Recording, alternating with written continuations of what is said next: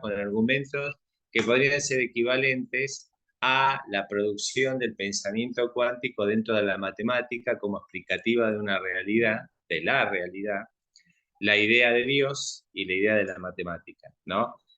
Kant está hablando de Dios porque la última edición de la crítica es 1787. Después es ahí donde él da como por concluida, entre comillas, porque después sigue la discusión con otros pensadores por carta, pero eso no se incluye en la crítica.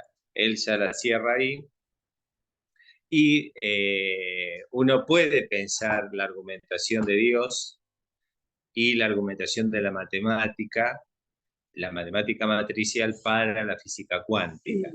Entonces, por eso me parecía interesante hablar de estas tres concepciones de lo que él llama la razón pura. Básicamente el argumento es, la razón puede enunciar ideas que van a funcionar, como nosotros diríamos hoy, motores de búsqueda, pero son operadoras a nivel cognitivo y son reguladoras del pensamiento. Por ejemplo, la idea de la condición necesaria. Uno puede hacer un equivalente, si la física cuántica puede postular la estructura de la realidad desde la matemática y a partir de ahí, como piedra de toque, matematizar todo un postulado que no puede ser conceptualizado porque no puede ser experienciado. Porque la noción de espacio en la física cuántica es, como la misma ciencia lo declara, antiintuitiva y por lo tanto, si es antiintuitiva, está diciendo que es del orden de lo conceptual, pero no la convierte en concepto, sino en ecuación, porque la estructura de la ciencia cuántica es ecuacional, puramente ecuacional. Entonces, me parece que Kant diría, por supuesto, nosotros podemos pensar todo eso. El problema es si nosotros podemos encontrar de ahí un conocimiento que sea plausible para lo humano, porque lo humano es esta experiencia, es como pensar en Dios. Yo puedo pensar a Dios como aquella inteligencia divina, más allá de lo cual nada puede ser pensado, como decía San Anselmo en la Edad Media, de forma tal que cuando yo acerco un adjetivo más y digo, ah, pero entonces Dios es omnicomprensivo, bueno, es más que eso, porque si tu inteligencia finita captó la omnicomprensividad, en Dios quiere decir que Dios, que es el que ha sembrado tu capacidad finita de razón, tiene que estar todavía más arriba. Lo que pasa es que esos grados jerárquicos nosotros no los descubrimos hasta que pisamos ese escalón. Bueno, ocurriría lo mismo con ciencias que solamente son explicables en el terreno de la intelequia pura, como la matemática, a la cual se aplica la física cuántica, ¿no? Que no está negando la posibilidad de la ciencia, sino que uno podría pensar las ideas de la razón pura, que Kant toma en la dialéctica trascendental, como el equivalente de la física cuántica. Entonces, esta introducción apunta a la idea de, si les parece, que hagamos este recorrido para en septiembre llegar hasta finales de septiembre con la estética y el entendimiento, la parte de la lógica, y ver las ideas puras de la razón.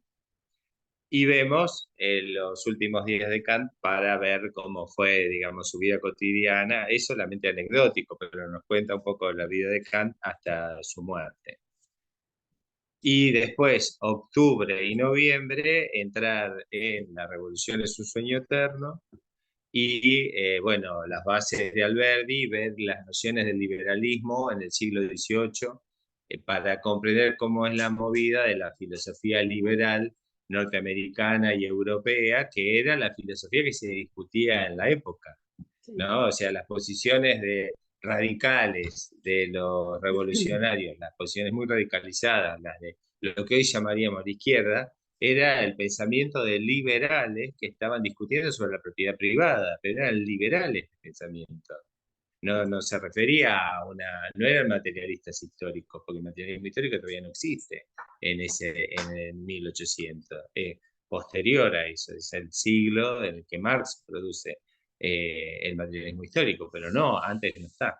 O sea, lo que se está discutiendo fundamentalmente es la filosofía liberal. Entonces, ver un poco a Jeremías Bentham, el gran liberal de la época, o a Stuart Mill, para ver cómo piensa esa filosofía, las nociones de libertad, de economía, etc.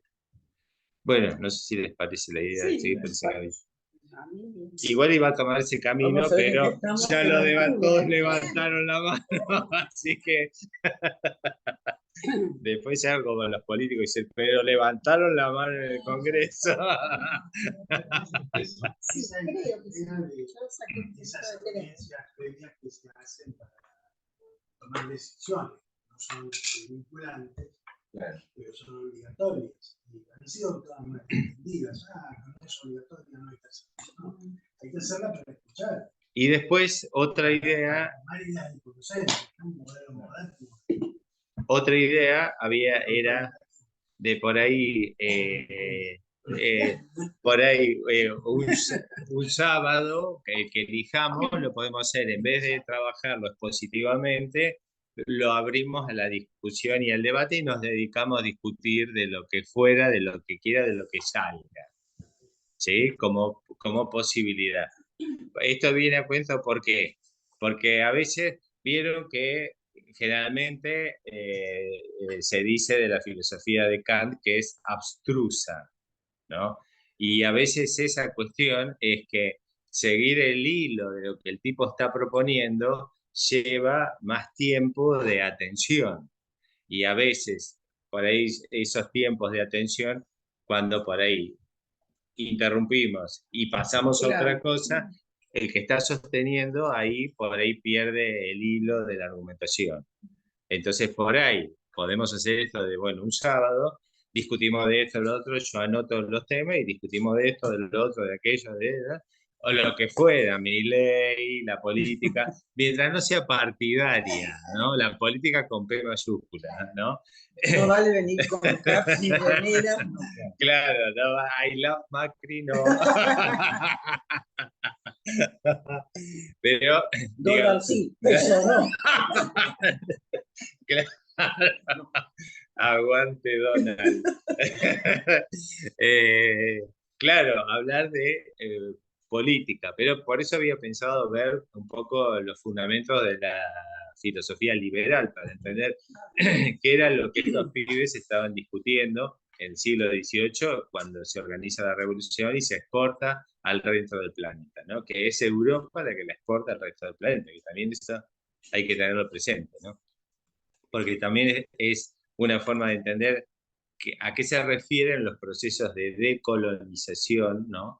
De vaciar la estructura cultural y pensante de las formas europeas, de la razón europea, de este tipo de razón, de la de Kant, entre otros, no solamente. Pero no para tirarlo, sino para tomarlo como objeto y ponerlo entre un mundo de objetos discutibles, como cualquier otro momento de la historia. Sobre todo porque nosotros tenemos como esta profunda convicción de que vivimos en la era de la razón.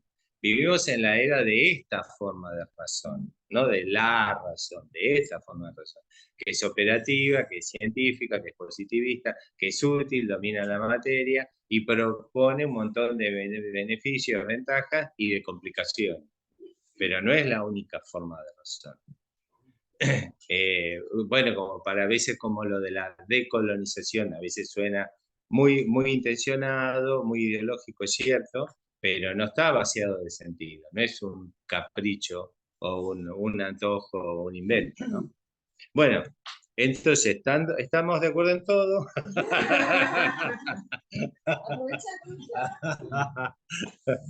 Bueno, Por el paso, meter una ley más.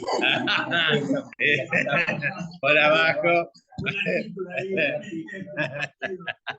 hay una ley aprobada y como 10 sobres abajo más.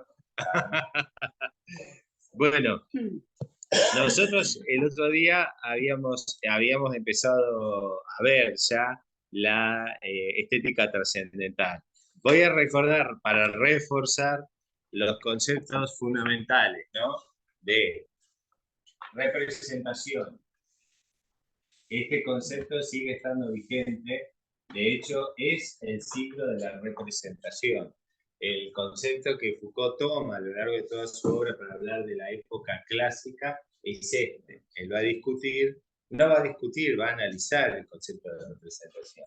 Lo que estos pibes están diciendo entre el siglo XVII y el siglo XVIII es que cuando nosotros conocemos del mundo, tomamos una representación. O sea, el auto blanco pasa y deja una impresión en mi mente, en mi alma, decían ellos, en mi espíritu, y en el escenario de mi mente represento el auto blanco. El auto blanco está afuera, afuera de mí.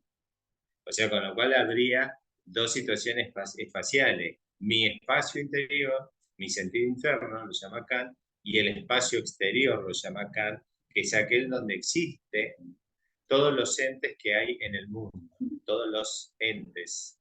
Si no me dicen los docentes, los entes que hay en el mundo, ¿sí? De los entes que hay en el mundo, como están fuera de mí, ellos dicen lo que tengo es una representación. Ahora, este concepto de representación cabe para la intuición. Si es intuición, tiene que ver con el mundo de lo sensible, o sea, el mundo de la percepción. Acá aparece el antro, porque es el único capaz de tener intuiciones. Kant no dice que los animales no las tengan, no dice que no las tengan. Kant ni tampoco dice que las tengan, pero él desliza que los animales también tienen forma de intuición, o sea, de una conciencia perceptiva, que uno por ahí en lo empírico lo comprueba. A veces llega y el perro mueve la cola, el gato reconoce, si acostumbras al gato al silbido, el gato viene, vale un perro, de la misma manera. O sea que hay una experiencia de la intuición en el sentido de receptividad también en los animales. Él no dice que no lo tenga. Lo que sí dice es que el concepto, claro, es puramente capacidad delante, nada más. Igual nosotros en la práctica lo vemos.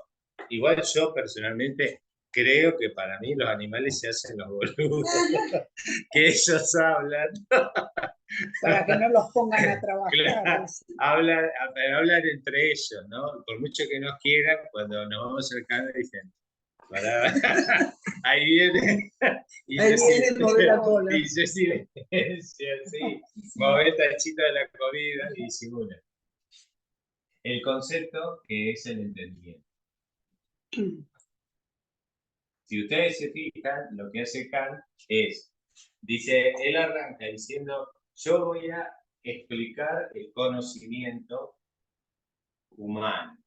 El conocimiento de ese tipo. ¿Cómo puedo hacer para pensar que nuestro conocimiento es válido? ¿Cómo podemos afirmar válidamente la Tierra es redonda?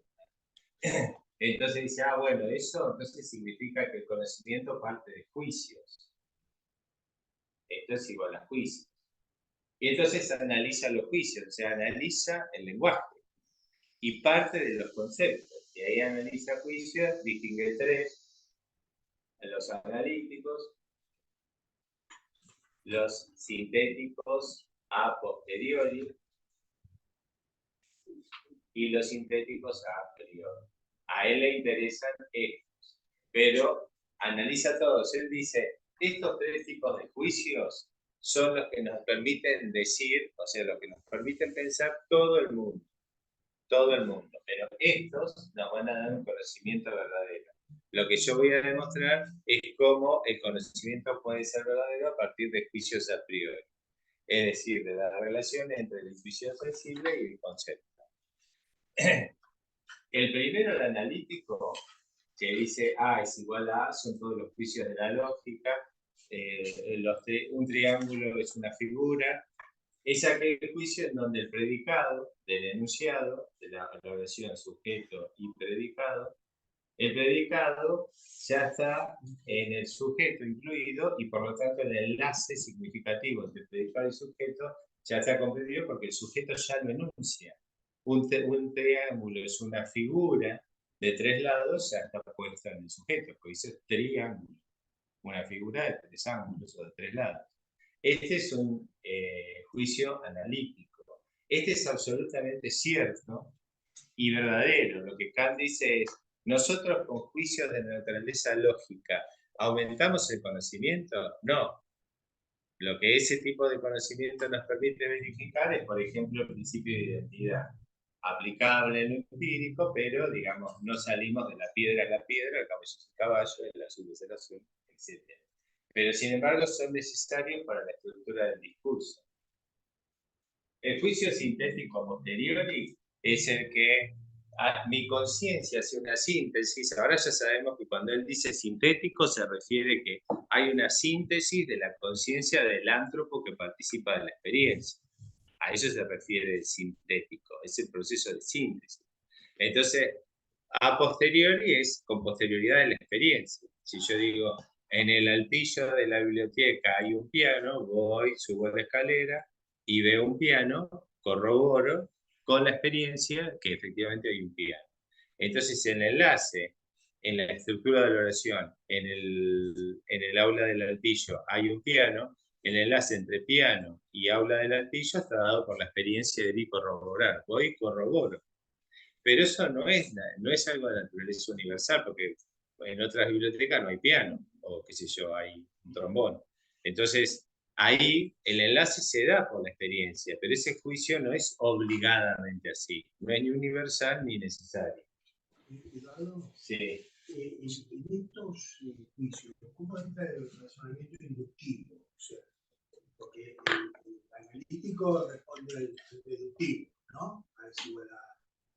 Pero la inducción, cuando yo digo todos los coches andan a determinada velocidad, bueno, la culpa de los accidentes es por la velocidad de los coches, ¿no? Sí. Cuando hago yo una inducción, ¿dónde entraría ahí? Si es posible explicar.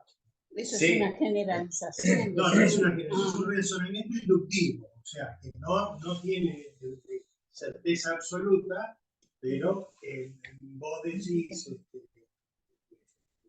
asocias. Todos los autos cuando pasan por acá paran, entonces, ¿será que tienen que parar? ¿No? Es una inducción. Bueno. Ahí voy a la inducción. Pero te recuerdo que habíamos quedado que hablábamos de cosas que nos desviábamos del tema. No, déjame terminar el tercero. No, déjame terminar el tercero y hablamos de la inducción. En el tercero, en el sintético a priori, que es el que Kant considera que es el tipo de juicio que va a dar conocimiento, válido. No es que los demás no den conocimiento. Él está diciendo que va a dar conocimiento válido. ¿El conocimiento válido cuál es? El conocimiento científico. Porque, digamos, que yo piense, bueno, agarro el frasco hoy, mañana, pasado, es el mismo. Bueno, el principio de identidad me dice que es el mismo ente hoy, mañana, pasado. Si yo voy a cruzar por la calle y me atropella un auto porque no miré, la próxima vez miro y no me atropella el auto, es el segundo, lo aprendí con la experiencia. Pero ellos no necesitan ser validados. Primero porque la lógica ya está autovalidada, A es igual a A, ya se valida por sí mismo, está diciendo A no puede ser otra cosa que A, que sirve para todo el proceso de investigación de los entes del mundo, ¿no? El principio de identidad. El otro que lo conozco por experiencia no necesita ser validado, con que yo cruce y mire antes de cruzar, ya está. El punto es el tercero, cuando yo, este tipo de juicios, dicen, son los que me permiten producir conocimiento válido, que es el punto en Kant. Este tipo de conocimiento, el ejemplo clásico es el de, siempre digo la ley de gravedad, porque Newton es contemporáneo con Kant, y ha propuesto una obra que rompió toda la estructura de la física tradicional.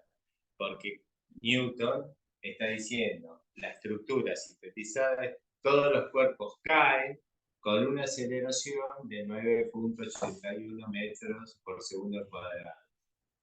Entonces Kant dice, en todos los cuerpos sujetos caen en enlace verbal con una aceleración de 9.81 predicado. Este predicado no está incluido en un cuerpo, porque que un cuerpo caiga con esta aceleración no está definido en el concepto de cuerpo. Ahora el tipo dice, bueno, pero cuando Newton enuncia esto, enuncia algo que es verdadero. Entonces Kant dice, analiza todo el cerebro de Newton y escribe la crítica de la razón pura. Un fin de semana. Un fin de semana. Y entonces el tipo dice, ¿qué decimos nosotros cuando decimos que el predicado acelera a 981 metros por segundo al cuadrado del cuerpo? Estamos diciendo que es verdadero cuando es válidamente verdadero. Lo que va a analizar es la validez del enlace entre esto y esto. Único, solo característico de este tipo de juicio. ¿Por qué es sintético? Porque todas las conciencias vemos que los cuerpos caen, después podremos medir con el método científico si la aceleración es esta, si la magnitud es de 981 metros por segundo al cuadrado, y esa experiencia vale para todos los cuerpos que caen en cualquier punto del planeta. Pero como no salimos a probar punto por punto del planeta, porque sería una experiencia muy loca, sin embargo, cada vez que se va a medir, acá en China, en Alaska, en Japón, en la Antártida, cae más o menos entre 978 y 981. ¿Cómo hizo Newton para poder hacer una afirmación que sea verdadera? Entonces Kant dice, voy a demostrar que es válidamente verdadera. Con lo cual está diciendo, la verdad es nouménica, es decir, la verdad está fuera de mí. ¿Sí? Yo no sé exactamente qué es la verdad, no sé exactamente qué es la realidad, pero solamente puedo hablar del mundo y del conocimiento por extensión, así acepto que estoy en estas condiciones, que es el límite de mi condición humana, el límite del ántropo. No puedo ir más allá de la percepción del mundo sensible y el concepto a través del entendimiento. Es decir, todos vemos desde la percepción que los cuerpos caen. ¿Vieron el chiste de los dos gatos que están? Sí. Bueno, hay uno que encerrado. está arriba de la mesada y está por tirar la cafetera y hay una taza al lado. Y viene un gato viejo y dice, no, John, tenés que tirar la taza, no la cafetera. Somos animales encantadores, no salvajes. No, hay dos perros en una empalizada y dice, no sé lo que hay afuera. Eso, Bueno, sí, bueno. ese, no sé. Bueno, en este caso es lo mismo, todos vemos que los cuerpos caen, ¿sí? Eso es parte de la experiencia sensible. Pero lo que hizo Newton es, a través de la construcción del concepto, pudo sintetizar esta ecuación gramatical, que es un juicio sintético a priori.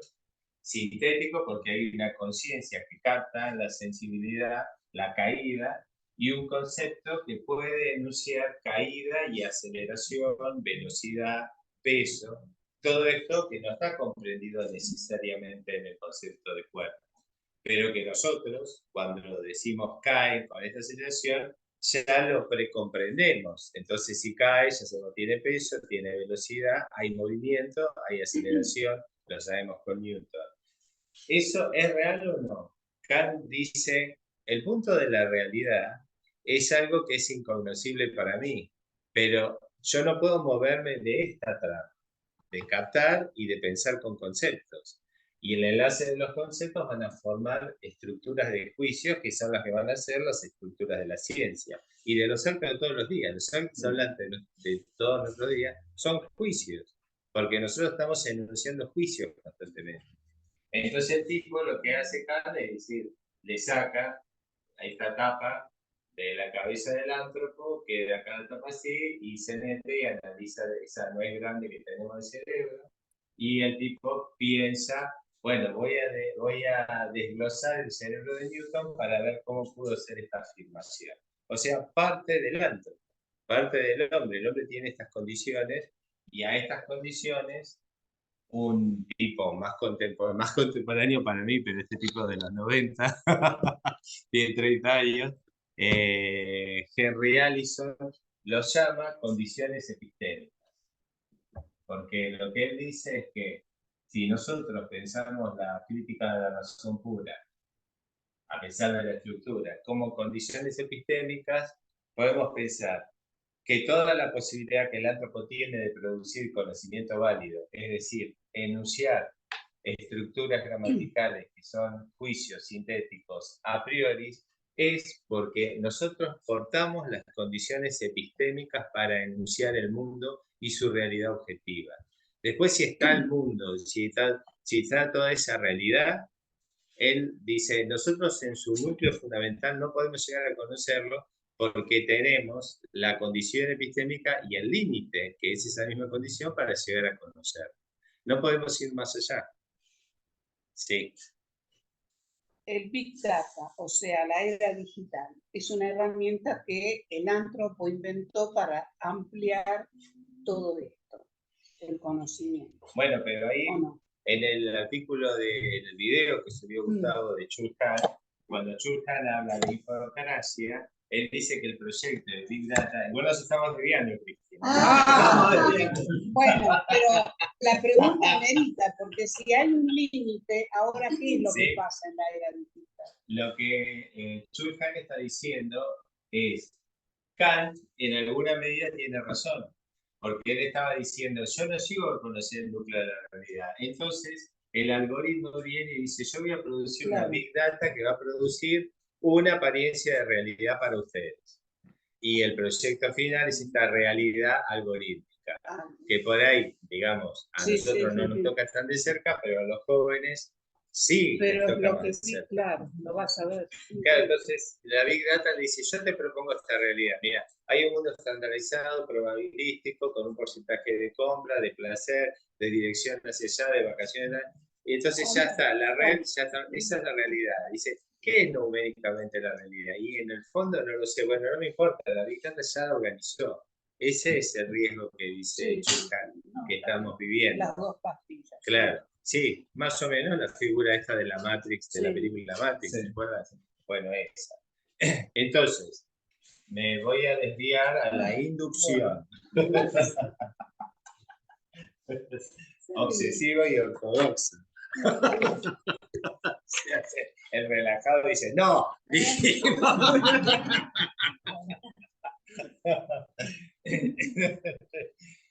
bueno, la inducción, ¿se acuerdan de la rosa de Platón? Que es la rosa del nombre de la rosa. En realidad, la rosa, el ejemplo de la rosa lo toma Platón, pero digamos, el ejemplo de la novela de Nombre de la Rosa se refiere a Aristóteles, que era el discípulo de Platón, porque viene primero Platón, históricamente, y después viene Aristóteles. Aristóteles fue discípulo de la Academia de Platón. Platón, bueno, ya que hablo del idealismo para entender esta idea, que acá es idealismo trascendental, Platón dice, respecto de la idea,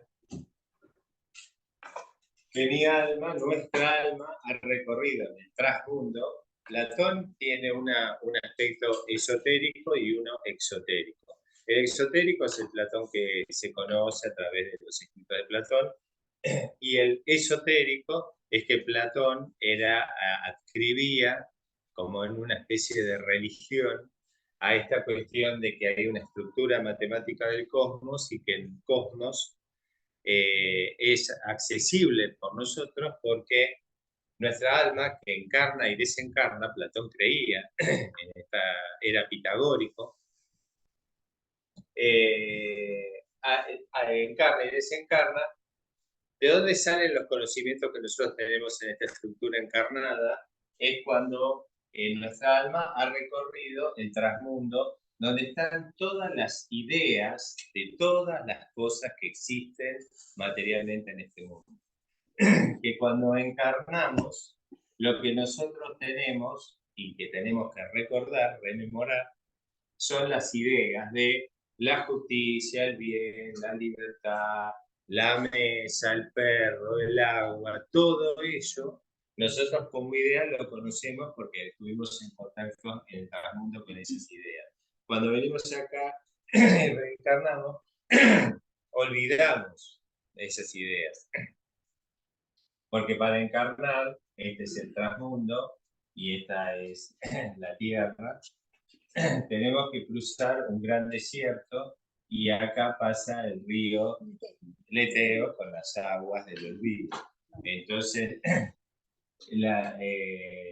los filósofos, que son los más fuertes, atraviesan el desierto bebiendo poca agua, entonces recuerdan más. Las almas más débiles beben mucha agua y olvidan. Entonces les cuesta más después recuperar encarnados esta condición. Si uno saca la parte esotérica de la encarnación y qué sé yo, de acá, lo que él está dando es una teoría del conocimiento. Él dice, ¿de dónde saco yo la idea de mesa? ¿De dónde saco la idea de árbol? O sea, en definitiva, ¿de dónde sacamos las ideas? Por eso Platón es un idealista, porque toma esta noción de idea entonces yo tengo la idea de la mesa porque mi alma la ha conocido. Ya no tengo la mesa acá, pero tengo la idea en mi alma, porque ya la vi antes la idea. Esa idea viene conmigo, viene con nosotros. Entonces todo lo que existe en el mundo va a ser copia de esta idea. Pero es algo que ha ocurrido acá en el transmundo. Aristóteles se fuma toda la teoría platónica y espera que Platón se muera. Cuando Platón se muere, Aristóteles dice, es cierto, yo tomo la noción de idea, pero esto no. La idea no viene de que mi alma ha estado en contacto, porque si tenemos un problema para decir cómo conocemos las cosas de este mundo y decimos que hay otro mundo más allá, que es la fuente de mis ideas, tenemos dos problemas, este mundo y el mundo más allá. Son dos problemas, para resolver uno lo duplicamos. Entonces, no es que mi alma ha estado en contacto con las ideas en el transmundo. Mi alma es parte fundamental del intelecto, del episteme. Entonces, cuando yo conozco, ¿de dónde saco la idea si ya no viene de acá? Viene la idea por inducción, salvo la matemática y la geometría que no vienen por inducción, para ninguno de ellos dos. La inducción es la rosa de la que hablaba Platón cuando decía, ¿cómo tengo yo la idea de rosa? Porque yo vi la rosa perfecta, eterna, inmutable en el transmundo, mi alma la vio. Entonces después cuando me dijeron es turno para encarnar, crucé el desierto, tomé agua del leteo, en mi caso poquito, tomé agua del leteo, encarné y cuando veo la rosa material acá en la tierra, recuerdo, entonces digo, ah, claro, es la rosa. Aristóteles dice, todo esto, este proceso, no está más que en el intelecto. Por eso él es un intelectualista, Aristóteles. Aristóteles dice, veo una rosa, veo otra rosa. Vivo ahí en Villa Las Rosas, por ejemplo, los cordobeses que están en Villa Las Rosas, pueden hacer esto a la práctica. Van esta tarde a la plaza a ver las rosas. Bueno, nosotros también. Nosotros también. Claro. Veo la rosa roja, veo la rosa amarilla, veo la rosa blanca, veo la rosa Verde. No, tomaste un LSD. La buscada no se negra. veo, bueno, la rosa del color que sea, ¿no? Entonces, esta rosa, esta rosa, esta rosa, esta rosa, son distintas rosas. Pero ¿por qué digo la rosa? ¿Por qué uso el universal la rosa? Cuando digo la rosa es una flor fragante, lo digo acá, se entiende, en China se entiende, en Japón se entiende, en África se entiende, en Alaska se entiende. Todo se entiende en el concepto rosa. Entonces, ¿cómo aparece este concepto universal? Porque vale para todo. Aristóteles dice, mi intelecto va tomando notas de cada rosa. Tiene tallo con espina, hojas verdes nervadas, es fragante, tiene pétalos suaves. Entonces, esta lo tiene, esta lo tiene, esta lo tiene, esta lo tiene. Voy haciendo un proceso de inducción por el cual el pensamiento o el intelecto se va elevando y sintetiza una noción, un concepto único que comprende a todas, pero no es ninguna de ellas. Ese es el proceso de inducción. Hablamos de una rosa, pero no es ni la rosa roja, ni la amarilla, ni la blanca, ni la verde, ni la azul, ni la negra, ni la morada, pero es todas esas rosas. Aristóteles, gigante del siglo XV, dice, eso se llama proceso de inducción, es la abstracción que tiene la capacidad del intelecto. Impresionante. Impresionante. Sí. Hoy las Claro. neurociencias te dicen que hay atractores que generan núcleos de contenido. Está poniendo el parado difícil lo mismo que él, lo detectó la neurociencia y cómo se forma la idea de la rosa, se forma a través de un núcleo de contenidos en el cerebro, que es un atractor. Entonces todas las cosas que tienen que ver con ese concepto, cuando las percibimos, las atraemos, las hacemos caer en ese plano, ¿no es cierto? Y ese plano nos forma el concepto. Fíjate, Claro. y él antes de que hiciera... Sí, Pero es además la impresionante. necesidad Por de eso yo explicarlo, eso planteé es el tema, sí, claro. que nosotros nos manejamos en el proceso inductivo básicamente. Claro, Todo sí, sí, en sí. nuestras profesiones, lo que hacemos es permanente inducción. Entonces, ¿cómo validamos? Porque el problema está en validarlo, el razonamiento. Bueno, pero Porque pero estamos hablando de conocimiento con Kant. por eso, Yo ahí lo voy. traje, no fue por- Pero ahí voy, cuando Aristóteles hace todo este proceso, él está hablando del proceso de la episteme o el pensamiento, el intelecto, que es capaz de hacer este proceso de abstracción para terminar diciendo el concepto rosa, ¿no? Pero esto ya es un concepto.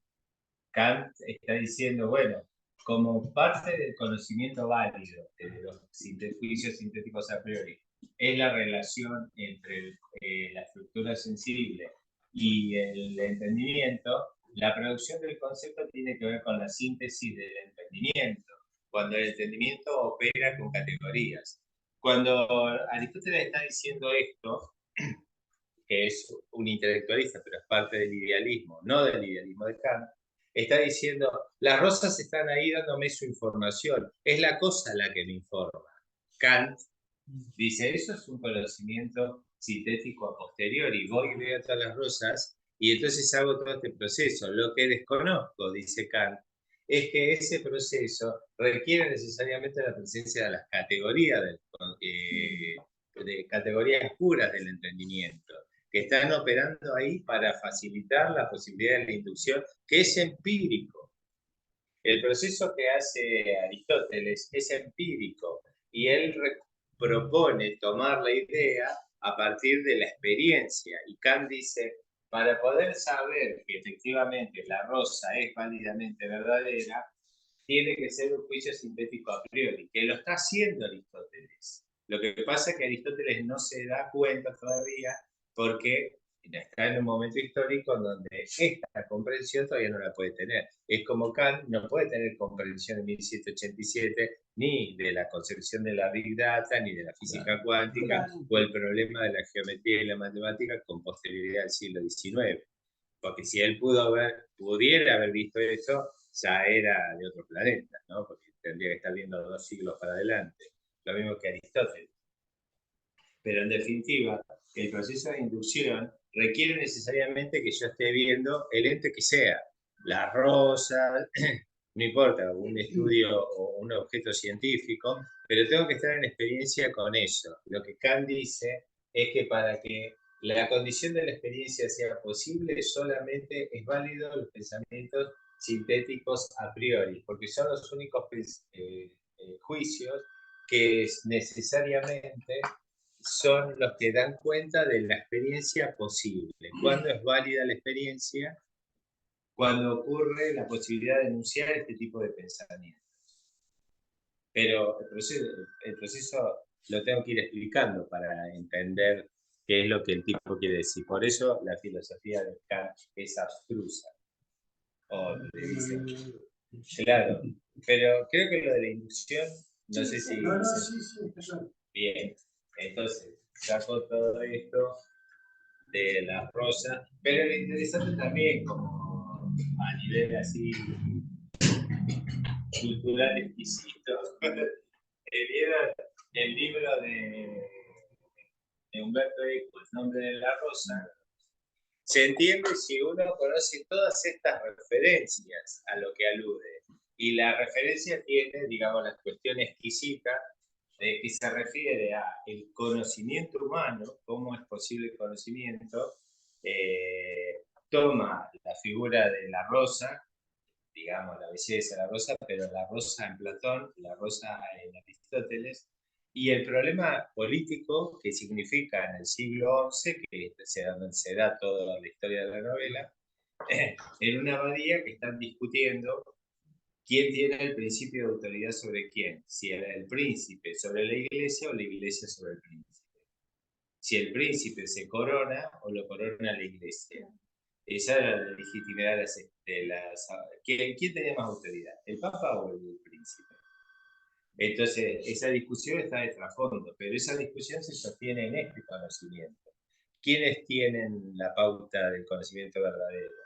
Los platónicos, que son los dominicos en la iglesia, o los aristotélicos, que son los franciscanos.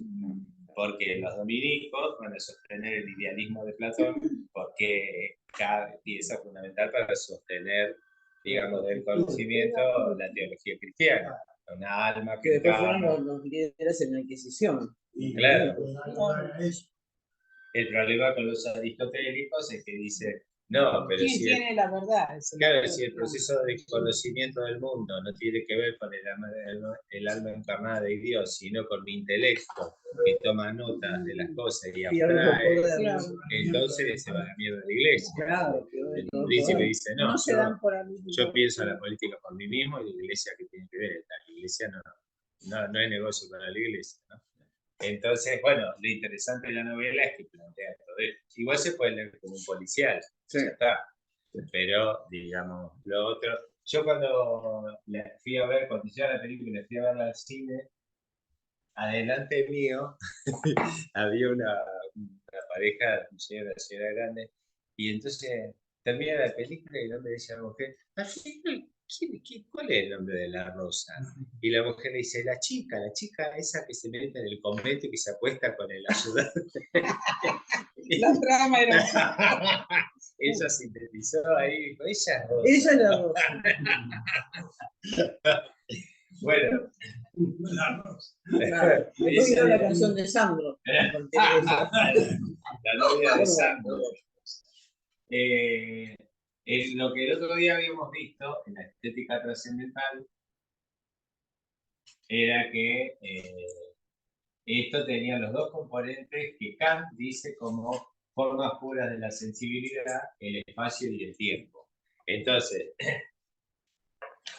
Kant lo que está diciendo acá es que esto forma parte de las condiciones epistémicas necesarias para que nuestra sensibilidad se ponga en marcha y pueda captar fenómenos en el espacio y en el tiempo. Los fenómenos en el espacio son parte del sentido externo, lo llama él, porque el espacio es aquella experiencia que nosotros experimentamos precisamente cuando vemos, oímos, tocamos entes espaciales. O sea, Kant está diciendo, nosotros aportamos condiciones, pero captamos eventos en el espacio. Si nosotros nos espacializáramos, no podríamos captar el espacio.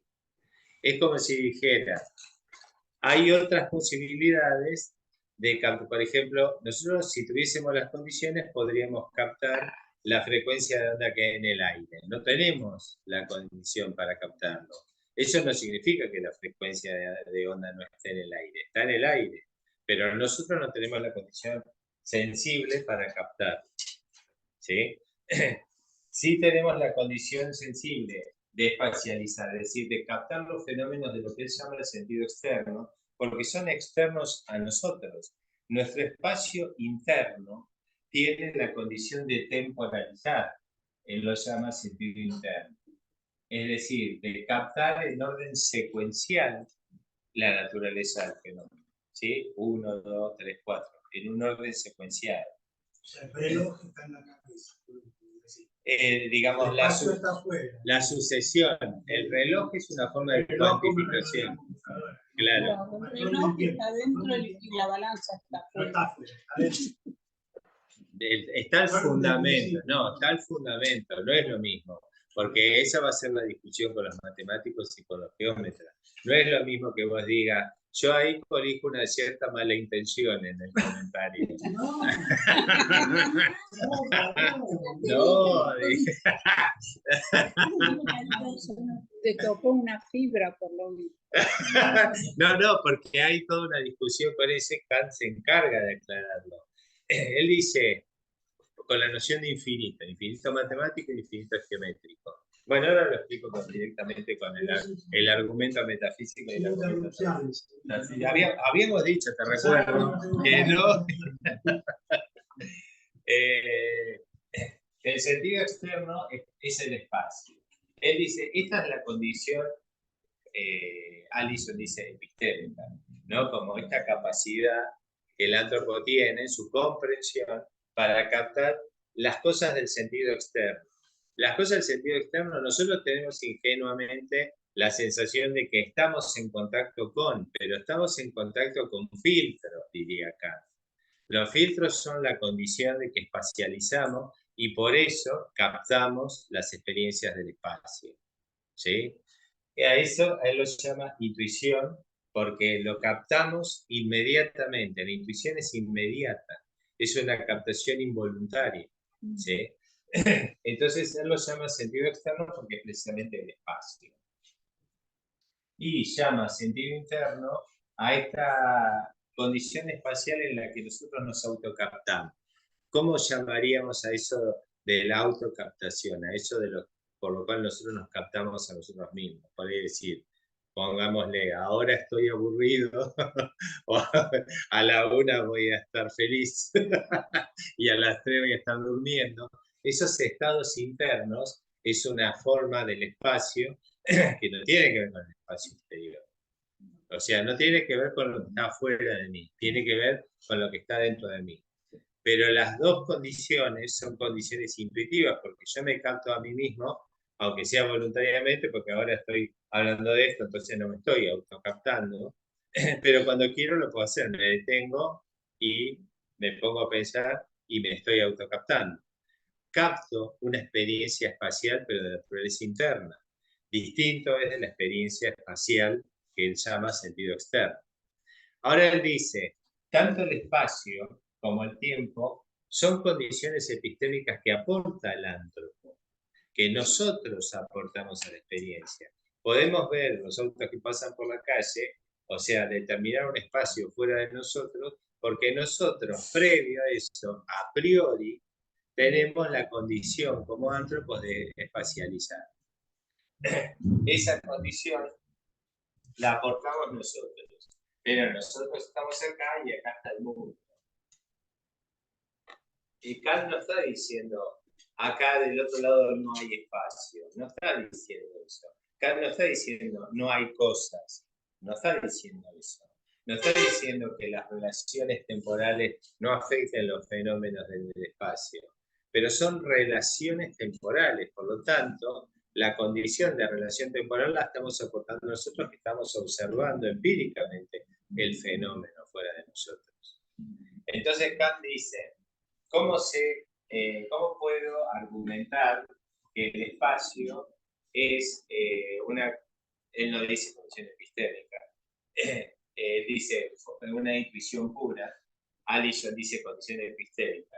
Dice, es una condición epistémica pura, es a priori. Entonces, él postula lo que él llama el argumento metafísico, que fundamenta por qué el espacio tiene que ser una condición a priori, y el tiempo, los dos, y un argumento trascendental que fundamenta por qué el espacio y el tiempo tienen esta condición trascendental.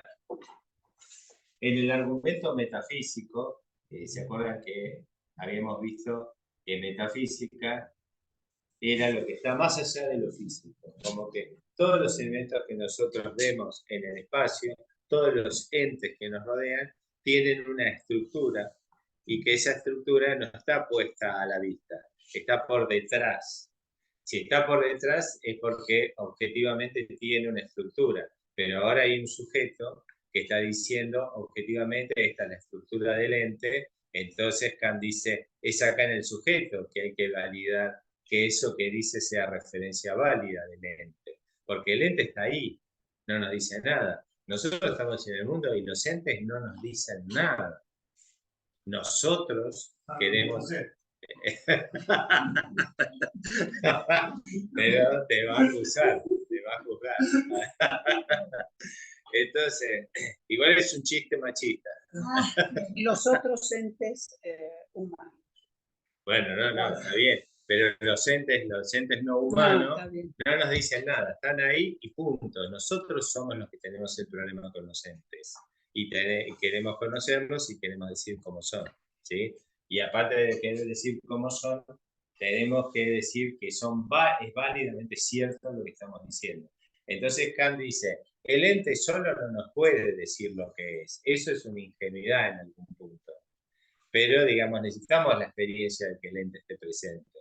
Pero nosotros aportamos conceptos a través del entendimiento. Y ahí, si podemos demostrar la validez de la referencia entre el concepto mesa y este ente concreto, que no me dice nada, más que me da sus datos, pero los datos son procesados por los conceptos y el entendimiento para hacer juicios, en la medida que yo pueda construir un juicio sintético a priori, el conocimiento será válido.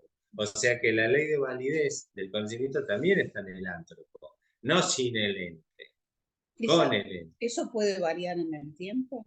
Bueno, toda la disputa acerca... Después voy a poner las objeciones, por ejemplo, de la geometría no euclidiana, la geometría curva. Entonces, el argumento metafísico... Sí.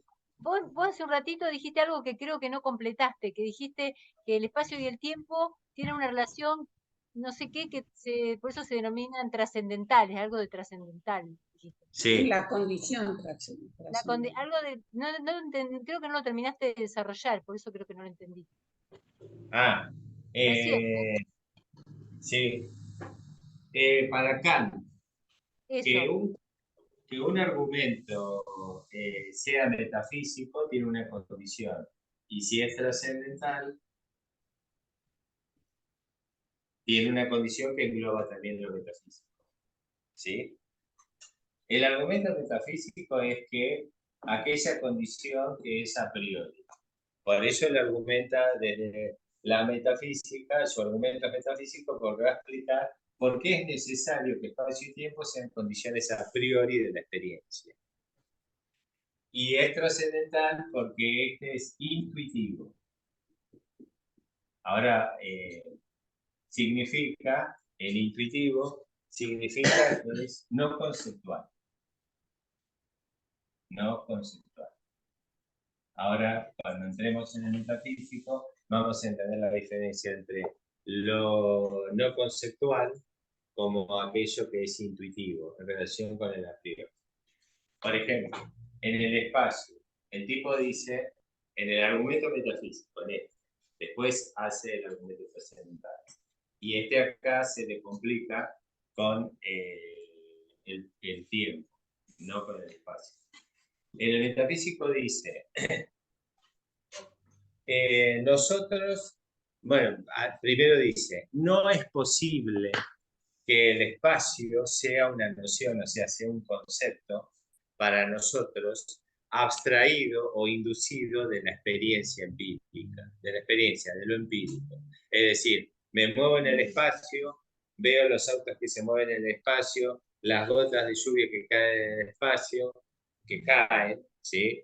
O las relaciones, veo la mesa acá, la distancia con el techo, entonces veo que hay esta distancia, como hay una distancia entre este punto y aquel, digo, bueno, entonces hay un espacio, que de la experiencia obtengo el espacio. Kant dice, el concepto espacio no es un concepto de naturaleza empírico, no es que yo estoy en la experiencia espacial y deduzco de ahí, por inducción, el concepto de espacio, sino que es al revés. Si el concepto de espacio no es previo a la experiencia, no puedo tener la experiencia de relaciones espaciales.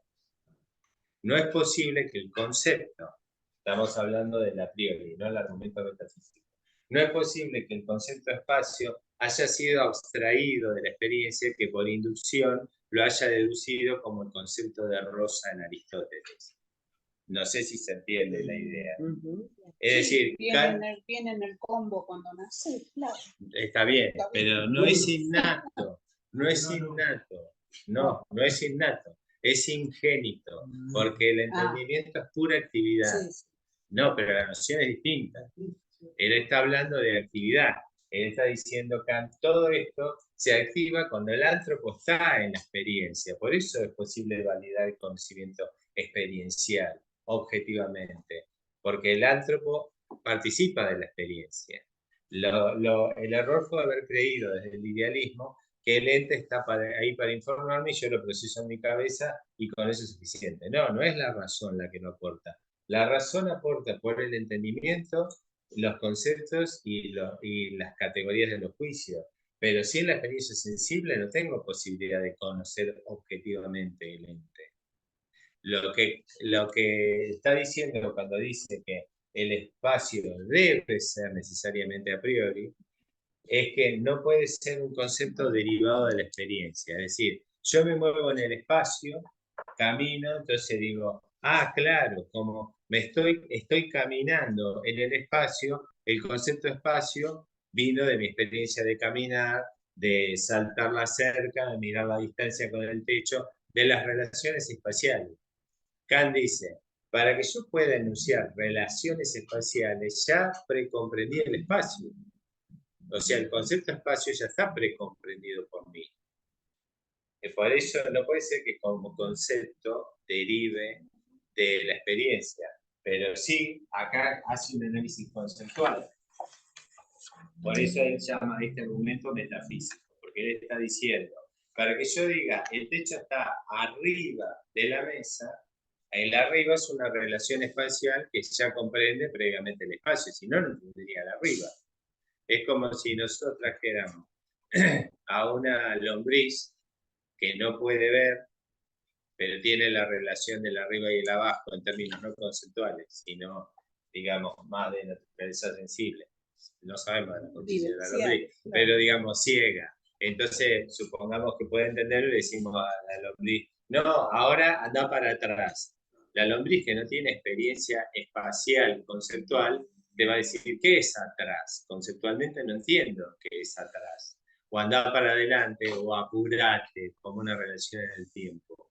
Él dice, para entender el atrás, arriba, abajo, las relaciones espaciales, ya tengo que precomprender el espacio. Porque si no lo precomprendo, no puedo entender. Es más complejo comprender atrás, arriba, adelante, a la derecha, a la izquierda. No sé si se entiende. ¿Sí? O sea, él dice, ese concepto de espacio es a priori, no es experiencial.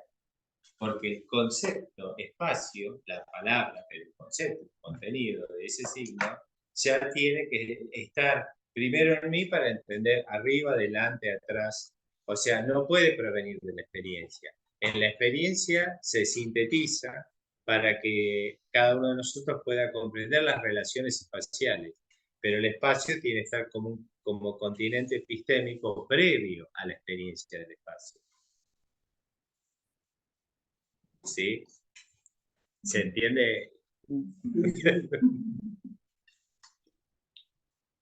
El segundo argumento del a priori es, yo puedo imaginar, él no dice imaginar, porque él a la facultad de la imaginación, desde Kant se la toma, digamos, taxativamente como la facultad de generar imágenes.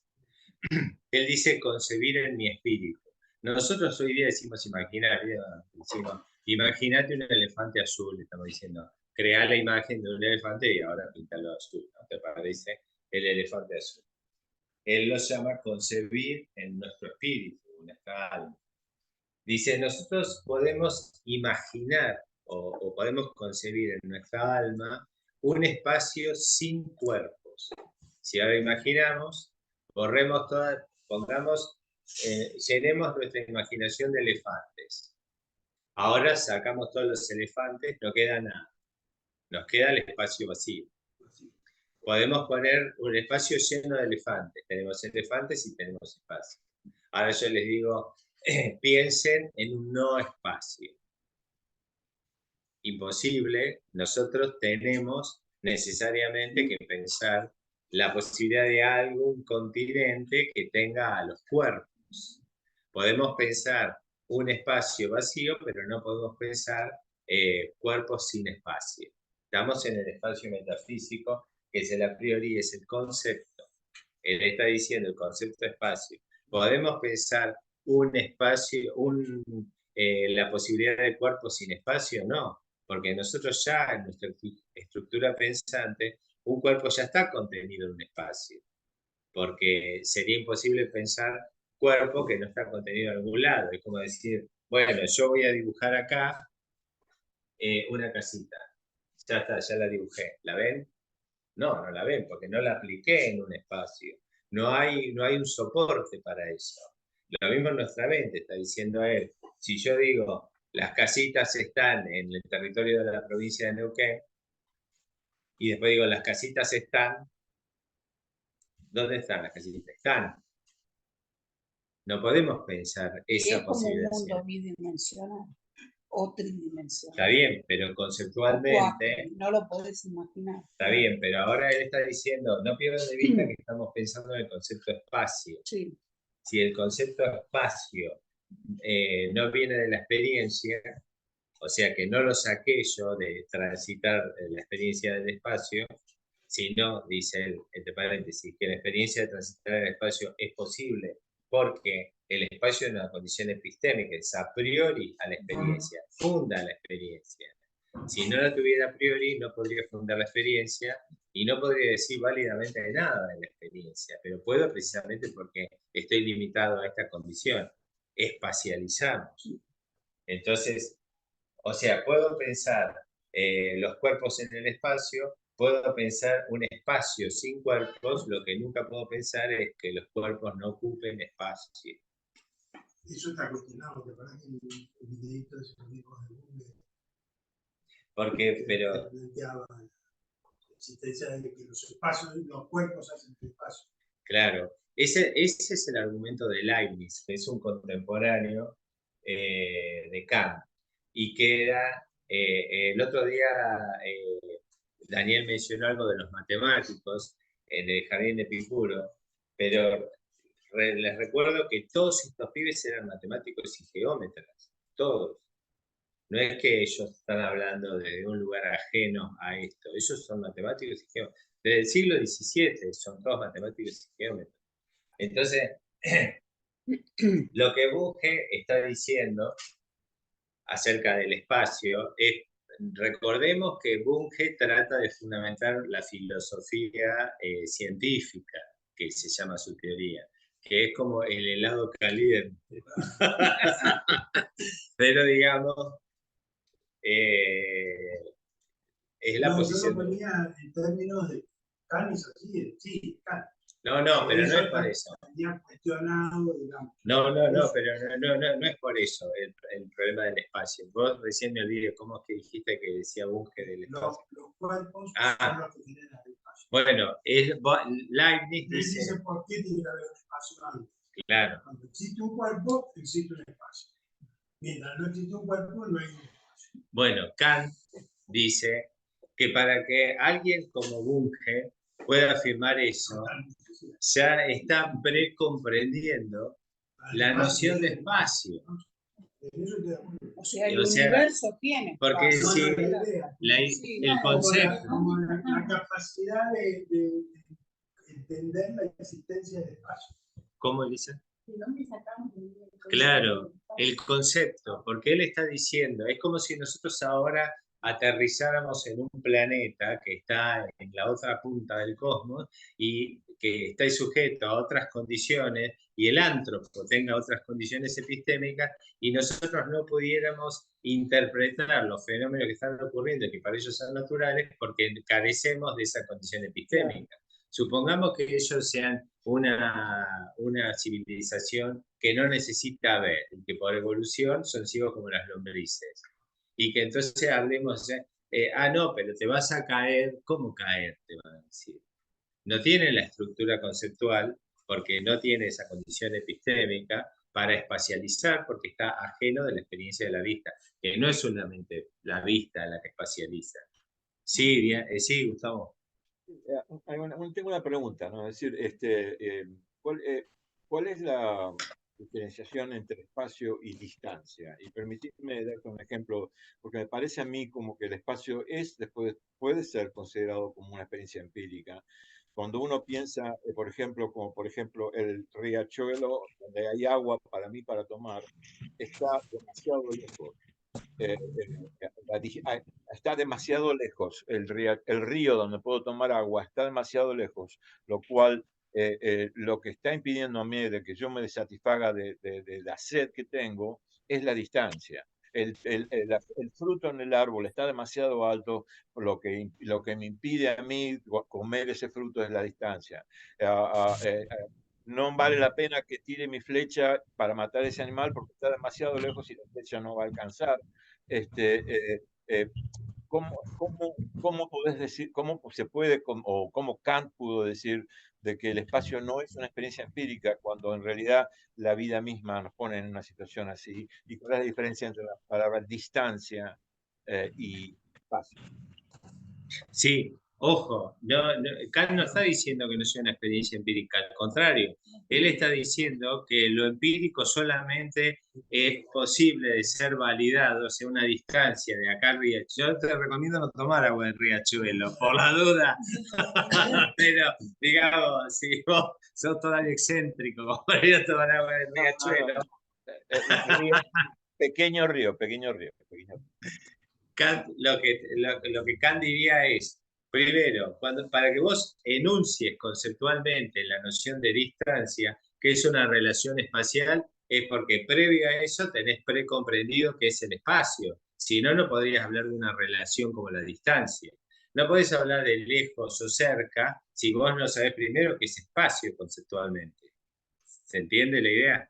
Entonces, cuando decís, no voy a tomar agua del arroyo que el que sea, porque me queda demasiado lejos, es porque la experiencia empírica de saber que voy a tener que caminar mucho está fundada en el hecho de que yo precomprendo el espacio.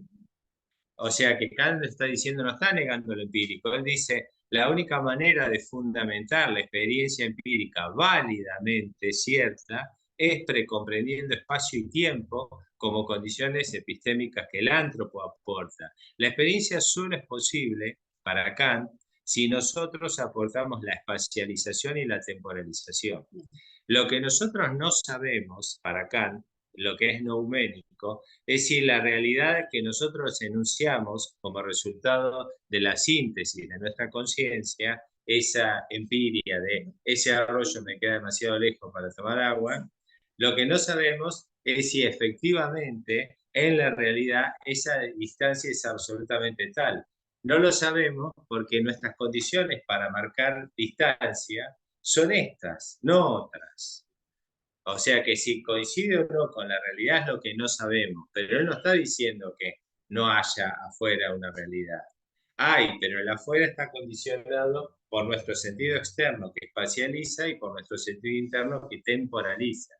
Para la relación de distancia es un concepto que implica una condición espacial y también temporal, porque cuando va a decir, me queda a una distancia, me queda más lejos o más cerca, más tiempo o menos tiempo que tardaré deslizándome por ese espacio.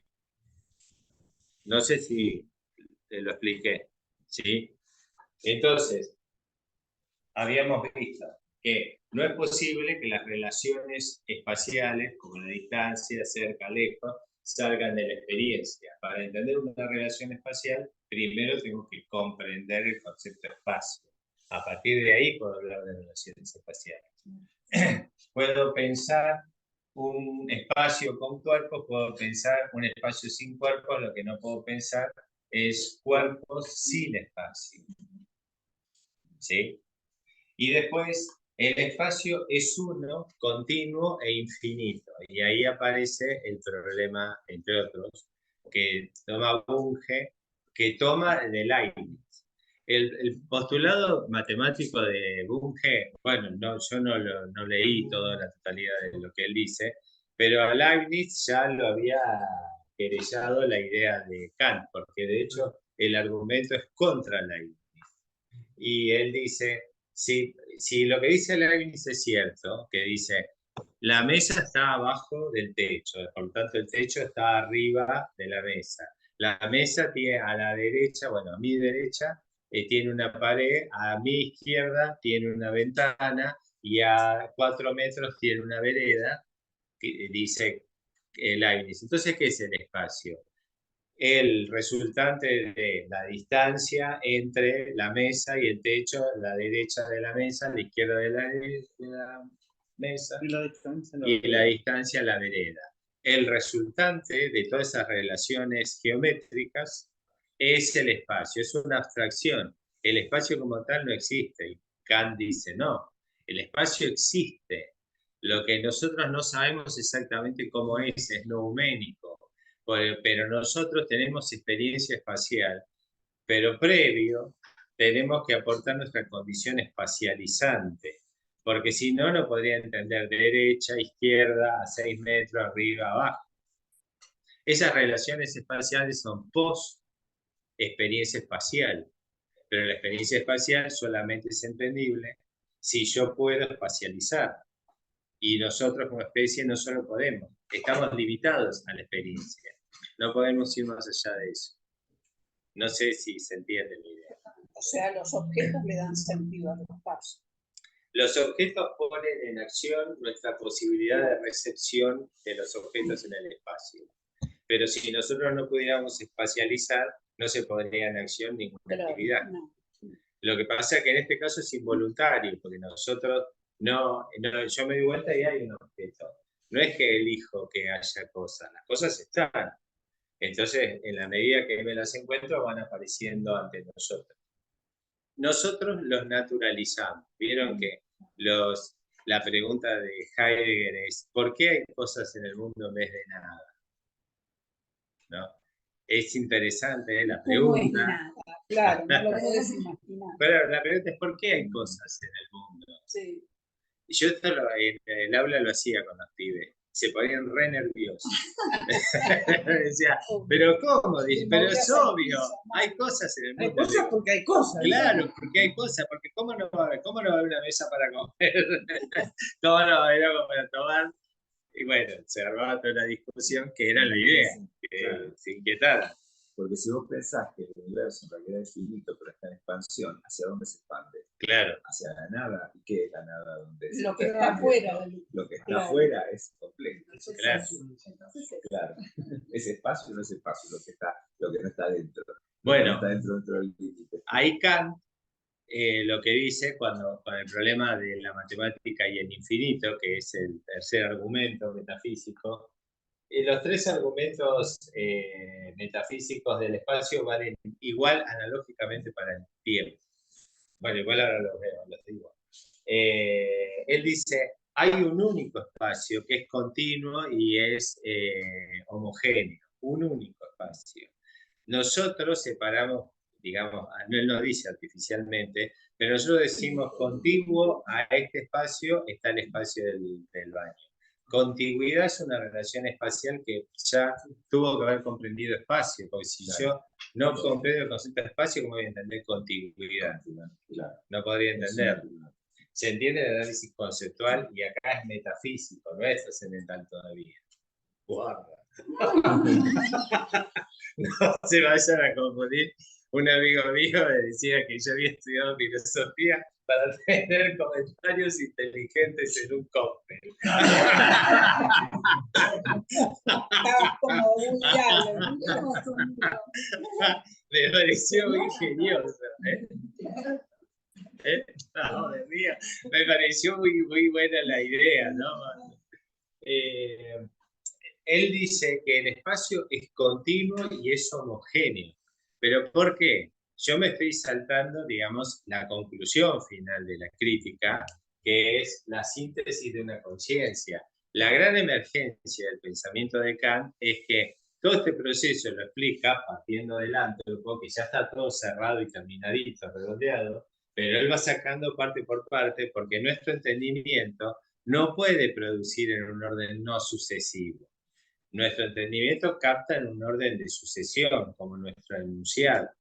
Enunciamos en un orden sucesivo, ¿sí? 1, 2, 3, 4, hay un orden de sucesión.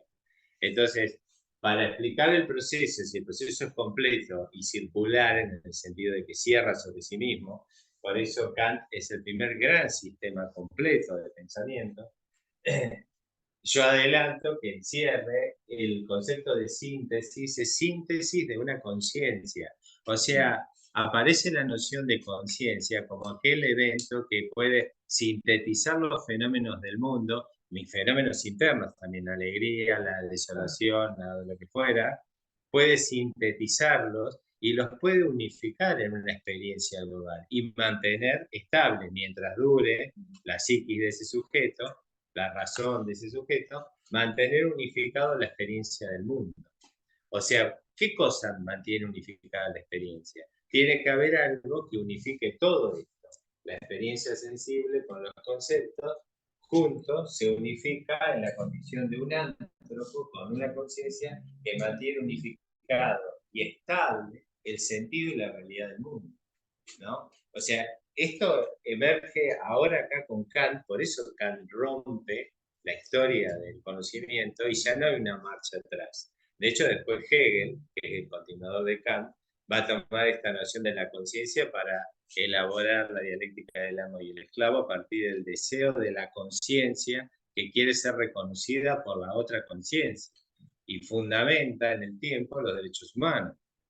Pero es parte de esta estructura. Toda la crítica decolonizadora, postcolonial, etcétera, que critica la modernidad, pierde de vista que sin este concepto de conciencia de emergencia, la emergencia de la conciencia de un sujeto que es capaz de unificar con un sentido de la síntesis de la conciencia, la continuidad estable de los fenómenos del mundo, no podría haber posibilidad de decir, reconozco la otra conciencia como conciencia válida para mí y existente, legítimo en el universo. O sea, no habría derechos humanos, porque nos moveríamos con la estética, bueno, yo soy Alejandro Magno, le corto la cabeza lo que quiero.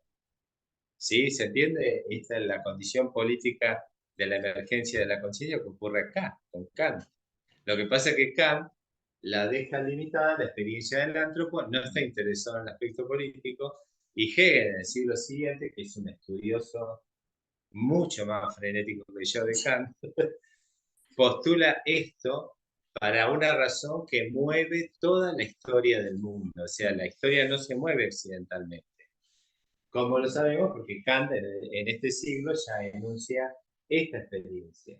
Somos una conciencia que sintetiza, tiene la capacidad de sintetizar y de unificar los fenómenos y mantener esos fenómenos estables para esa conciencia. O sea, hay algo, existe esta conciencia. Hasta este momento no se habla de conciencia en estos términos. Es Kant el que la redondea, y la redondea en la figura del antropo. Por eso la cultura occidental se hace antropocéntrica, porque la realidad responde a las condiciones epistémicas que dice Kant, por la cual el antropo, que es el único que puede dar cuenta de la realidad, fue el perro, la tortuga, el balde, el helado. Parte de un conjunto, claro. Claro, es un conjunto, pero cada uno de ellos no tiene interés ni en nosotros ni en otro ente. Los que tenemos problema con la realidad somos nosotros. ¿Sí?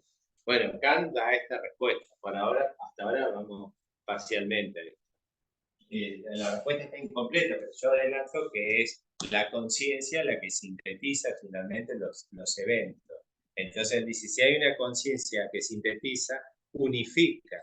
Si unifica, los eventos permanecen estables en el tiempo, a menos que craquee con Alzheimer o lo que pase. Porque después hay eventos aparte. Por ello él dice, en estas condiciones este antropo, después, si es niño, no le importa. Él está diciendo, este antropo, tal cual como nosotros lo conocemos, tiene percepción sensible del mundo y tiene conceptos que se pueden enlazar en estructuras gramaticales, que son tres posibles tipos de juicio.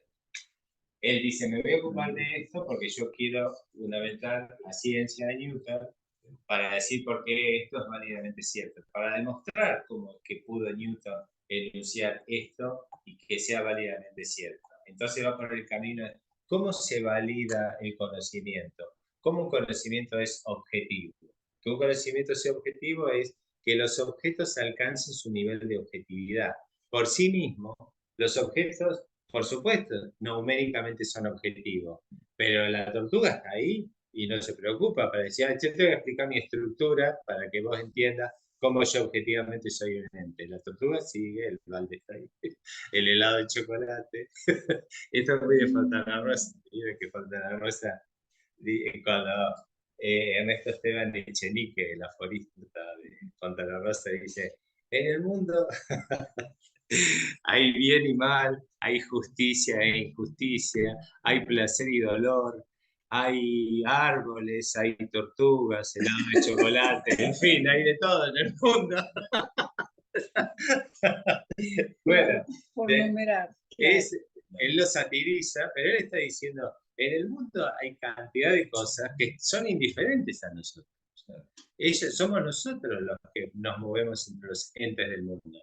Ingenuamente creemos que ese mundo tiene relación con nosotros y en realidad la relación la establecemos nosotros.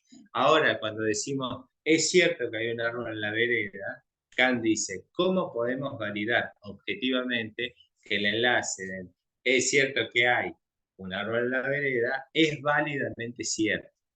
Bueno, es válidamente cierto porque se cumplen estas condiciones, faltan estas de acá, pero se cumplen estas condiciones. ¿Quién las aporta? El ántropo. Claro, en el O sea, Jurásico no pasaba.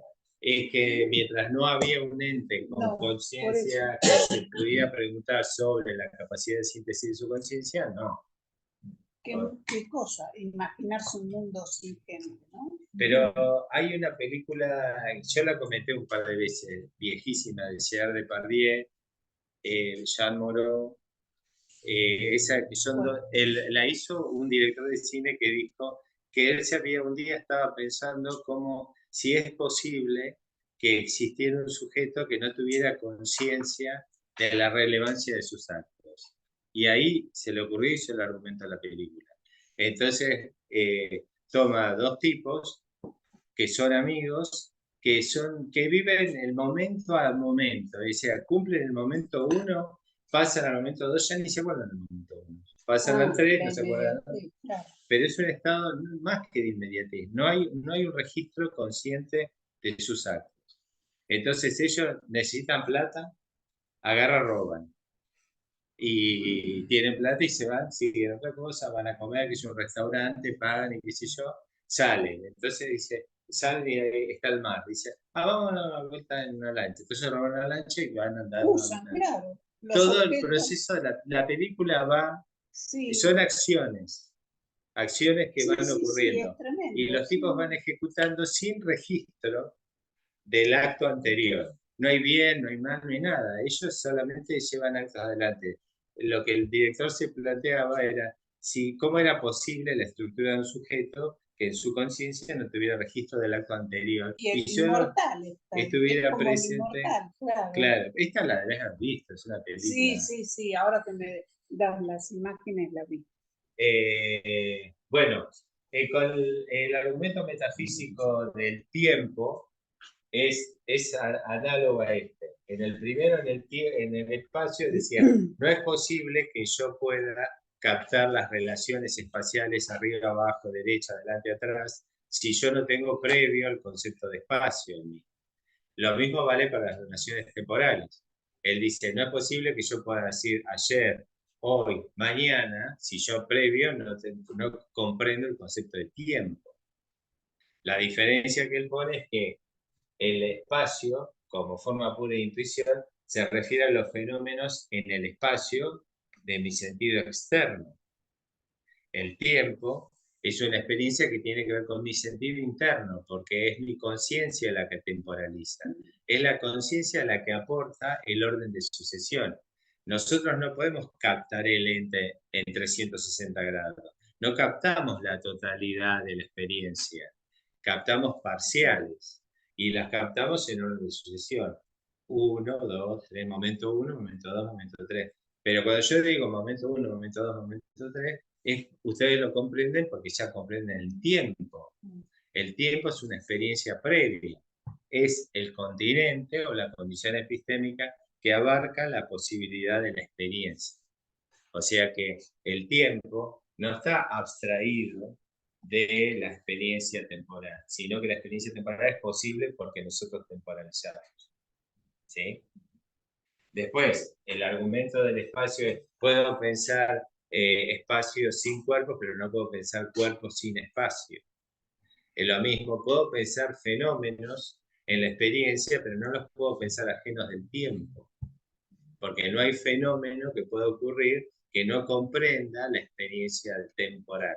¿Sí? Si yo digo, como para tomar el ejemplo que daba Gustavo de la distancia, tengo el punto A y el punto B, un móvil va del punto A al punto B. Aristóteles decía que el tiempo es la distancia que recorre un móvil entre dos puntos. Espacializaba el tiempo. Pero en sentido estricto, Aristóteles no está espacializando el tiempo, está dando cuenta de que tiempo y espacio están entramados entre sí. Y que son comprensiones previas al observador, que la puede enunciar empíricamente precisamente porque son previas, conceptualmente. Son conceptualmente previas. O sea, hay una participación del concepto.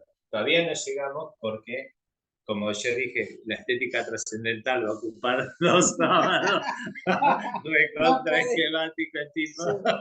No, porque todavía estaba la estética trascendental. Pero cuando Aristóteles dice el tiempo es la distancia que un móvil recorre entre A y B, de alguna manera está espacializando. En Kant está diciendo, hay un entramado de espacio, o sea, relación espacial fuera de mí, y tiempo que es una condición de mi estado interno. Mi conciencia no puede captar en orden simultáneo, si hay 2 bombas que explotan al mismo tiempo, no puede captar simultáneamente, capta la explosión, pero tiene que captar la bomba 1 y la bomba 2. ¿Sí? Hay una estructura temporal que es característica o propia o natural de la especie, del ántropo. Y esa es la que se aporta a la interpretación de los fenómenos. ¿Sí? O sea que puede haber un tiempo sin fenómeno, pero no puede haber fenómeno sin tiempo. De hecho, la estructura de un juicio sintético a priori válido es la condición de la sustancia en una experiencia química es la de la transformación, pero se conserva la sustancia, que es uno de los principios de la química. ¿Cómo puede saber el químico con anticipación que la sustancia se conserva a pesar de la transformación? Si en el concepto de sustancia no hay concepto de transformación. Si hay transformación, hay cambio, movimiento. O sea que el que enuncia ya entiende la relación del tiempo. ¿Sí? Lo que permanece constante, la sustancia que permanece constante a pesar de la transformación, comprende que el que está enunciando está haciendo un juicio sintético a priori, porque está diciendo, a pesar de que la sustancia pase por el momento de transformación A, B, C, D, la sustancia se conserva. Y de la experiencia, ¿cómo saco eso? Por observación, pero primero tengo que haber aportado el tiempo, porque si no, transformación y conservación no son conceptos asociados a sustancia. ¿Sí? Estaba pensando cómo, fíjate vos, que en trekking se utiliza más el tiempo que los kilómetros, porque el tiempo es una unidad de complejidad. Entonces, viste que el parque te pone, por ejemplo, esta senda ida y vuelta 4 horas. Y no te pone 3 kilómetros, porque una cosa es 3 kilómetros subiendo la NIT y otra cosa es 3 kilómetros plano en una ciudad. Y tu habilidad para Son caminar. distintas horas. Y la edad Entonces, también, del claro, pero te da Ponen una norma de tiempo.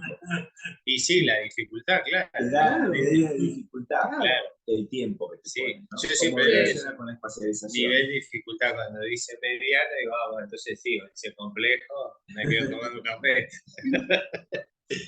Sí, pone la complejidad. Claro. Bueno, pero en definitiva lo que él está diciendo, el argumento metafísico, es que es a priori, pero el análisis es conceptual. O sea, a partir del concepto espacio, me doy cuenta, lo llamo argumento metafísico, porque está detrás del concepto. Para llegar al concepto de espacio, creyendo que lo saco de relaciones temporales, de relaciones espaciales, es que pierdo de vista que una relación espacial no puede ser comprendida si previa no comprendo el concepto de espacio. Claro. Pero no es una idea, en el sentido es una representación como condición epistémica necesaria.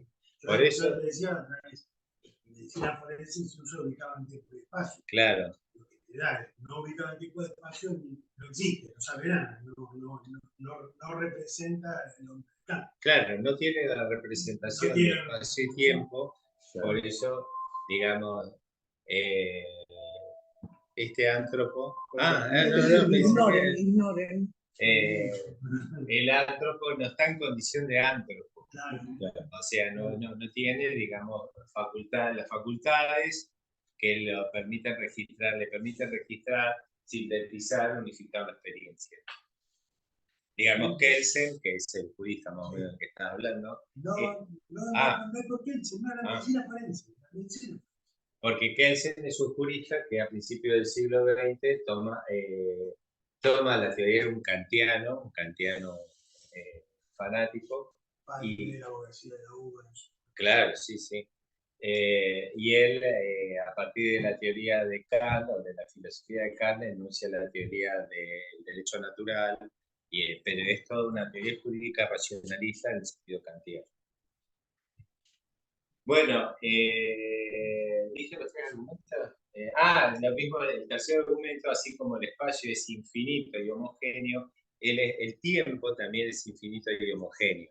Esa dificultad que plantea Bunge es para muchos estudiosos como Allison, como Torretti, de los que yo conozco, hay montones de estudiosos de pilas de bibliografía sobre Kant, y en general muchos sostienen esto de que usualmente se lo malinterpreta a Kant, porque como Kant construye, nunca la traje, después le voy a traer la crítica, y la crítica está escrita en un lenguaje muy técnico, muy filosófico, y muy inaugurado por Kant, que reorganiza nociones de espacio y tiempo, empirismo, racionalismo, los reorganiza y les da una nueva visión, o sea, abre una nueva era en la teoría del conocimiento. Entonces, muchas de sus estructuras gramaticales son mal interpretadas. Cuando el tipo está diciendo que el espacio es infinito y que el tiempo es infinito, él está diciendo la facultad epistémica, espacio y tiempo que aportamos nosotros, esas condiciones son infinitas. ¿Pero qué es el infinito? Es las infinitas capacidades, posibilidades que tiene la conciencia de volver a sintetizar una nueva estructura en el espacio y ordenarla gramaticalmente, es decir, conceptualmente. Después, si el noúmeno espacio es infinito, no hay calidad de la realidad, claro, sino calidad del entendimiento. ¿Y homogéneo claro. por qué? Es homogéneo porque cuando nosotros decimos el baño es contiguo al salón de la biblioteca, esta contigüidad es una relación espacial que, digamos, separa el espacio como diciendo, esta es una porción del espacio y aquella es una porción del espacio. No, la conciencia puede construir la contigüidad porque aporta al continente espacial, pero la contigüidad es una artificialidad. El espacio es uno único, permanente y homogéneo porque es tu conciencia la que sintetiza la experiencia en el espacio. A mí me parece recontra razonable lo que el tipo está diciendo. No, está bien. Y aparte, me parece que esto, el tipo, en su punto final lo dice en 1787, pero ya lo venía diciendo en la disertación, porque muchos tratamos de él, su propia mano, en 1770. O sea que un tipo hace 300 años está diciendo, che, miren que la realidad es el producto de una síntesis de una conciencia que unifica los fenómenos. Todo eso porque Descartes dijo, Claro, Pienso existe. dijo eso. Por Descartes, entra en Claro. una grieta. Bueno, pero lo último que digo es que lo que él señala es que cuando Descartes dice, pienso, existo, pero entonces, ¿qué soy? Se pregunta Descartes. Dice, soy una cosa que piensa. Kant dice, no, el fundamento es cierto, es el yo pienso el fundante de la realidad, pero no es una cosa que piensa, es una actividad. El tipo está diciendo, no es que yo soy, el yo es una cosa terminada. La conciencia es conciencia espacial y conciencia temporal en actividad sintetizadora del fenómeno. No es, y no tiene nada que ver con el concepto de cosa pero pensante. pasaron 100 años nada más, entre una cosa y la otra. Sí, estos pibes están discutiendo, Nada. es un infierno de discusiones, pero de geometría, de matemática. Sí, a ver, ¿cómo? Y casi, No, ¿qué pasa? Pero, digamos, lo último es que el tipo está diciendo, la conciencia es la que va a estar llevando constantemente la actividad de síntesis. Ahora nuestra conciencia está llevando actividad de síntesis, porque está sintetizando sí. y unificando este discurso y el sentido de toda esta estructura que estoy exponiendo. Él dice, ¿qué será infinito? Será infinito toda la experiencia temporal y espacial de la síntesis de toda la conciencia del antropo hasta el último antropo. ¿Quién sabe cuándo sea eso? Pero ocurrirá así por siempre, en la medida que esa conciencia pueda sintetizar, ¿sí? Esto es lo que, digamos, al final, a la vuelta, ya cuando baja la tapa, cuando ya él estudió el cerebro de Newton, dice, Newton afirma esto, juicio sintético a priori. Todos los cuerpos caen con una aceleración de 981 metros por segundo al cuadrado. Esto, predicado, no está incluido en cuerpo, porque no es condición necesaria que los cuerpos caigan con esta aceleración. Sin embargo, cuando vamos y medimos, caen. ¿Cómo lo supo Newton? Que nunca se movió de Cambridge para saber que los cuerpos en el Himalaya caen con esa aceleración. Entonces dice, bueno, lo que tengo que hacer es analizar el cerebro de Newton vía los enunciados que él hizo. Analiza la teoría de Newton, ve que todos los enunciados de su filosofía física tienen juicios sintéticos a priori, analiza toda la argumentación, cómo es la naturaleza de esos juicios, sobre esta naturaleza, y dice, ¿cómo es que valido estos juicios? Es decir, ¿cómo puede ser que sea objetivamente cierto que lo que yo digo tenga referencia real con el objeto? Porque el objeto es el producto de la conciencia que sintetiza la experiencia posible en el espacio. Ahí alcanza su validez y su objetividad. No es el objeto mismo el que me avisa cuál es su condición objetiva, porque el objeto no me dice nada. La roca cae, pero la roca no dice nada. La roca cae es un producto de la síntesis de una conciencia que observa y experimenta con las posibilidades de espacializar y temporalizar. Si uno lo piensa, es sencilla la cuestión. Bueno. Lo que pasa es que necesitas todos los conceptos y, Bueno, y esos sí. siglos se ocuparon de analizar el mundo, claro. Y de ponerle un valor a cada cosa. Yo había pensado el sábado que viene entrar en el argumento trascendental del espacio y el tiempo, el argumento trascendental, que es el otro, el no conceptual, es el intuitivo, ¿sí? Por eso la filosofía de Kant se llama trascendental, porque él dice, trascendental no tiene nada que ver con trascendente, no tiene nada que ver con algo más allá ni nada de eso. Es trascendental porque cumple la condición de que es un saber objetivo, porque es a priori y porque es intuitivo, que son dos condiciones que aportamos el antropo, ¿no? Espacio y tiempo a priori e intuitivo. Lo intuitivo en realidad entra en el espacio de la matemática y la geometría, que es más complejo que esto que voy a decir, pero lo intuitivo es como cuando nosotros pensamos, ¿puedo pensar un espacio con cuerpos? Sí. ¿Puedo pensar un espacio sin cuerpos? Sí. ¿Puedo pensar cuerpos sin espacio? No. ¿Concibe mi espíritu cuerpo sin espacio? No. ¿Eso cómo lo captamos? Él se ubica en ese lugar. Eso es un acto puro intuitivo de nuestra especie. Ahora, ese pensamiento sentado ahí en ese living mirando la pared, yo no lo puedo imaginar porque cae del más allá eso. No ¿Viste? ser. Por eso nunca se puede decir, ese es un pobre tipo, esa es una pobre mujer, porque no sabes qué universo tiene adentro, ¿no? Tenía un universo. Bueno, nos vemos el sábado que viene.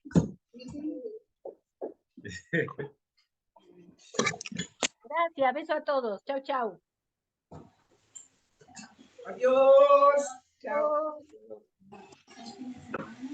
Bueno.